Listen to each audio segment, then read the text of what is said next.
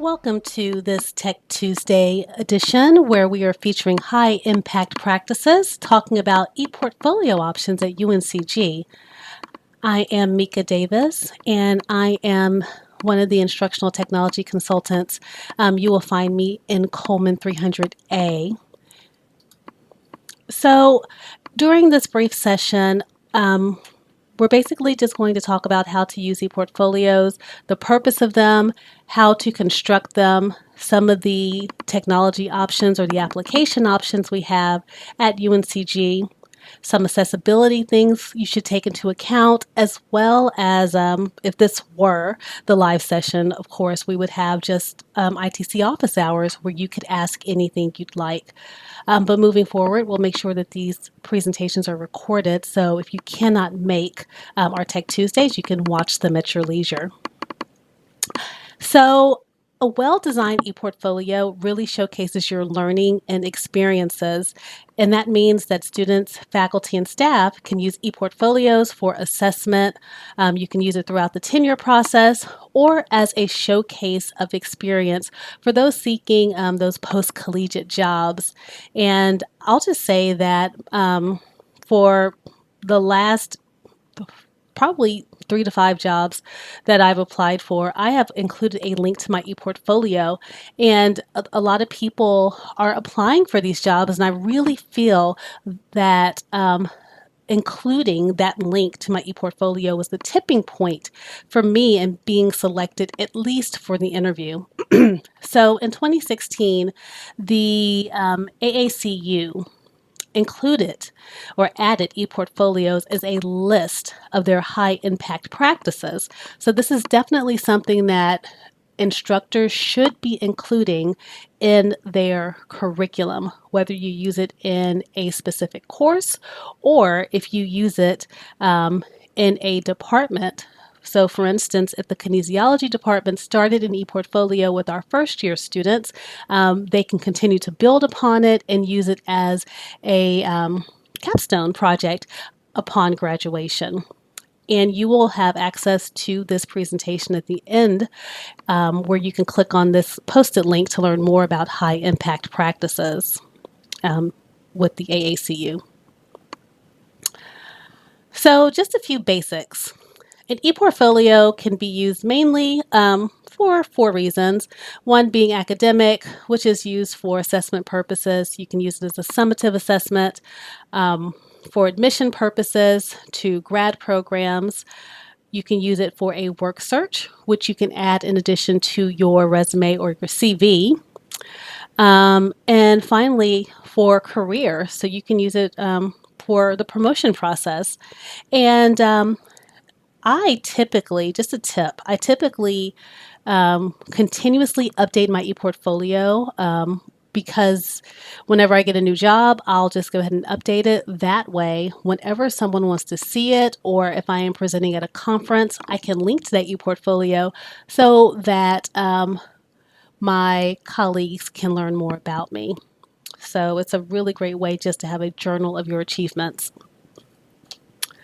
So ePortfolios contain 4 major items. You want to make sure that you that it looks good. So you want the colors and the fonts really do set your tone, and what you use depends on your audience. So make sure that the colors and fonts meet whatever audience you're using, and that's going to set the tone for your ePortfolio.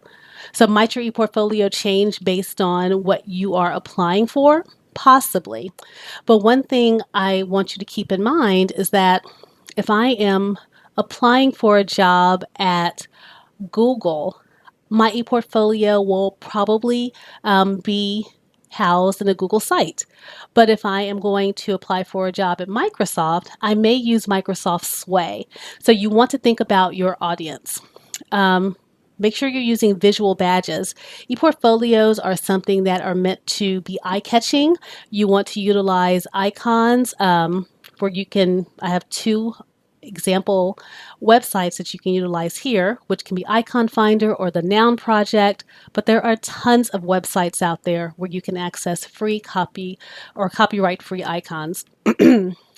Your ePortfolio, in addition to being eye-catching, it is also going to contain quite a bit of text, and that's because it will showcase your writing skills. So make sure you put careful thought into what you are writing, make sure you are spell checking, make sure your grammar is correct, but also put special thought into the font that you use. Of course, we know Comic Sans is a big no-no. You typically want to stick with Open Sans or Times New Roman, just the normal ones that are going to allow you to present a professional virtual introduction. And then, of course, you're going to have artifacts. And again, that depends on the type of ePortfolio. A lot of my artifacts include links to my presentations. There may be videos that I've edited. But if I am applying to a grad program, then maybe my transcripts will be there. If I am going to showcase something along the lines of coaching, then perhaps I'm going to have videos of the teams I've coached or just some of the methods that I've used. So you want to think carefully about what you're going to use based on the top type of thing that you're going to, or organization that you'll be submitting your ePortfolio to. When you're constructing your ePortfolio, it's really important, again, that you consider your audience. I'm going to share the different platforms in a moment, but you definitely want to think about the type of template you're going to use and use a wireframe. A wireframe is really just going to be a visual representation of what it will look like. You can draw this on a sheet of paper. You can use a PowerPoint if you want to visually drop in boxes. You can use a whiteboard to place where you think your introduction is going to go, etc. You can Google wireframes, and then you'll find a lot of templates online. Again, with text, make sure you're using friendly font. You don't want to use anything fancy. That is definitely not your friend. Also, when we're thinking about accessibility, fancy font is not very friendly when it comes to people who may have visual impairments. So make sure that you are considering UDL or Universal Design for Learning to ensure that the ePortfolio is accessible for all learners. And then finally, make sure you're using high quality media. We do not want any of our images to be pixelated. We want to ensure that everything is copyright free and that your videos have captions. You'll find a lot of copyright free, high quality media on the links you see on the screen. So at UNCG, we have a lot of options, but these are the ones available to Spartans. Please navigate to the URL once you you see the link to this presentation right on the screen. You'll find it at go.uncg.edu/ePortfolios. And if you want to pause the video here to take a look at those options, I encourage you to do so. But just very briefly, Google Sites, it's my favorite just due to the ease and the integration of Google applications and the ability to transfer this to my personal Google account. So if you're using this with students, I think that it's really important that we allow them access to their ePortfolio once they leave or graduate from UNCG, and they can make themselves the owner with their personal Google account. Microsoft Sway is another great option. Some aspects can use some updating, but Microsoft has taken the work out of template building. So I really like this idea that you can choose a template and just kind of plug and play. That way it allows users to focus on the content as opposed to the design work. And we've all seen people overuse the tools available to us, whether it's in Microsoft PowerPoint, Keynote, or Google Slides. Third is Adobe Spark. It's just a really fantastic product. It's really sharp, it's sleek, but there are a few accessibility issues to be aware of. So again, consider your audience. OneNote is another excellent way to showcase progress throughout a course in an organized fashion, and then it integrates beautifully with Canvas. Canvas ePortfolios, It's not great. If you ever watched Living Color, I'm going to say hated it because it's not the best and it's just kind of clunky. But I always want you to know what is available and there for you. But that's just my personal opinion. You may love it. WordPress is something that is only available to faculty and staff. The UNCG website is built using WordPress, so you do know that it's powerful. There is a free version of WordPress if your students are interested in that.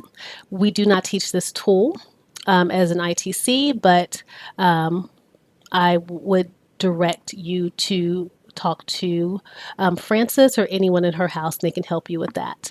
Now, I have Auburn University up here because I often use their website to showcase their student ePortfolios. These students have done a wonderful job creating sites that showcase their personality and skills, and that is definitely something you want to showcase when you are introducing yourself through your ePortfolio.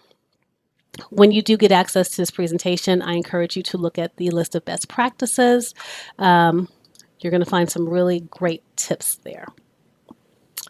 So when we're thinking about accessibility, as an instructor, your students may have accessibility needs that impact their ability to complete an ePortfolio. So again, consider, does the tool work for everyone? Another thing is that accessibility is a really marketable skill. So make sure that you are encouraging students to create accessible materials for their portfolios that will impress their future employer, such as captions on videos. Make sure they're using the headings feature when they are creating the ePortfolio.